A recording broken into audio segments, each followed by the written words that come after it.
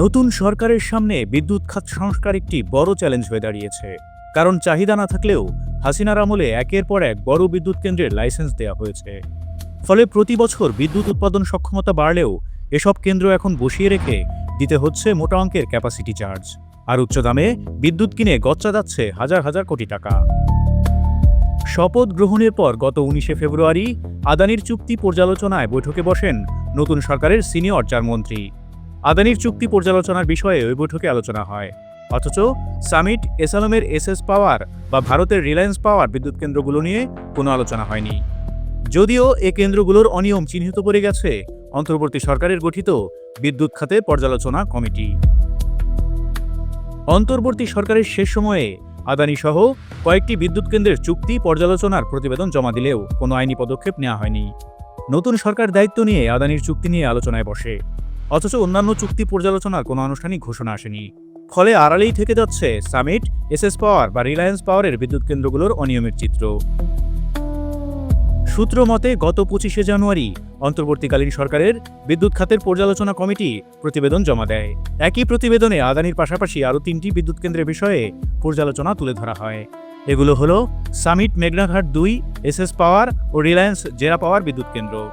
এর মধ্যে এক চুক্তির আওতায় এসএস পাওয়ার 2টি বড় প্ল্যান্ট রয়েছে। এতে কেন্দ্রটির ক্যাপাসিটি চার্জ পড়ছে অনেক বেশি। ফলে সমমানের কয়লা ভিত্তিক বিদ্যুৎ কেন্দ্রগুলোর মধ্যে সবচেয়ে ব্যয়বহুল এসালম গ্রুপের এই বিদ্যুৎ কেন্দ্রটি।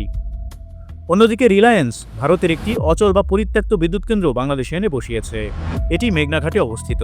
পুরনো হলেও নতুন হারেই ক্যাপাসিটি চার্জ নেওয়া হচ্ছে কেন্দ্রটির জন্য। আর ফার্নেস তেলচালিত সামিট বরিশাল বিদ্যুৎ কেন্দ্রটি অন্য ফার্নেস তেলচালিত কেন্দ্রের তুলনায় তুলনামূলক ব্যয়বহুল।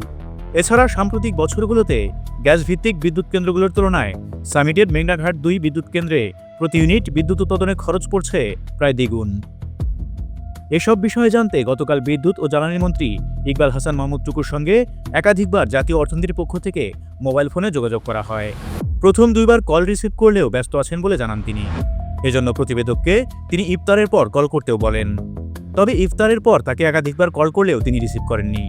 এমনকি তাকে মেসেজ পাঠানো হলেও কোনো উত্তর পাওয়া যায়নি। বিদ্যুৎ খাতের জাতীয় পর্যালোচনা কমিটির প্রতিবেদনে 4টি বড় গ্যাস, এলএনজি ভিত্তিক বিদ্যুৎ কেন্দ্রের উৎপাদন সক্ষমতা, প্রকৃত বিল কত হওয়া উচিত ও কত দরে চুক্তি করা হয়েছে তার তুলনামূলক চিত্র তুলে ধরা হয়েছে। এর মাধ্যমে কেন্দ্র 4টির জন্য সরকারের কত গচ্চা যাবে তা তুলে ধরা হয়েছে। এতে দেখা যায় সব মিলিয়ে 4টি গ্যাস চালিত বড় বিদ্যুৎ কেন্দ্রের উৎপাদন সক্ষমতা 2468 মেগাওয়াট। এতে চুক্তি অনুযায়ী বিল দিতে হবে $6.161 বিলিয়ন। তবে প্রকৃতপক্ষে এ বিল হওয়ার কথা $3.241 বিলিয়ন। অর্থাৎ 4 কেন্দ্রে গচ্চা যাবে $2.919 বিলিয়ন, যা দেশের অর্থনীতির জন্য উদ্বেগের বিষয়।